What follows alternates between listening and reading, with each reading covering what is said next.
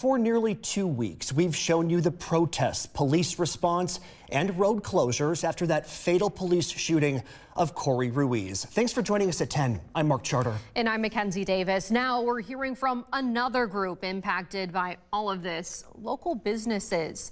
Our Shannon Ajawan checked in with several of those business owners to see how the last 2 weeks have affected them. Shayna. Now that the demonstrations have quieted down, businesses along Williamson Street are reflecting on the difficult balancing act of supporting the community while keeping their doors open.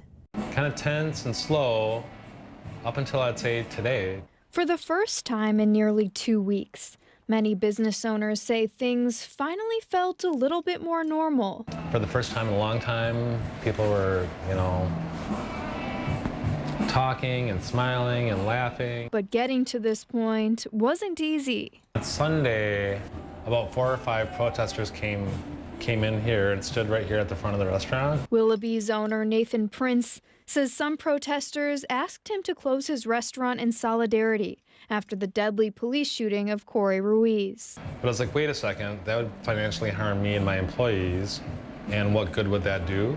And so I had to make the tough decision to go against the grain, I guess, and say, no, I'm not going to close, which felt weird because I've been an ardent supporter of police reform. And even staying open came at a cost. Business dropped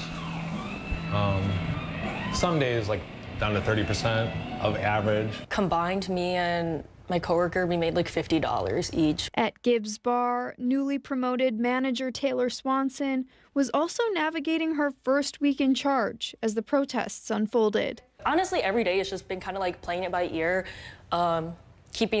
making sure like our staff feels safe and comfortable. While businesses suffered, she says the goal was never to turn people away. We wanted to support our community by allowing people to come in and, AC, like bathroom, intermission, whatever they need. With the intersection now open, business owners say they're looking forward to Williamson Street feeling busy again. I don't know what the solution is necessarily, but I know that Willie Street people and businesses are not the problem. Both business owners I spoke with tell me they don't see supporting the community and staying open as mutually exclusive. They say their goal throughout the past 2 weeks was to do both as best they could. Live in the newsroom, Shannon Ajawan, WMTV 15 News.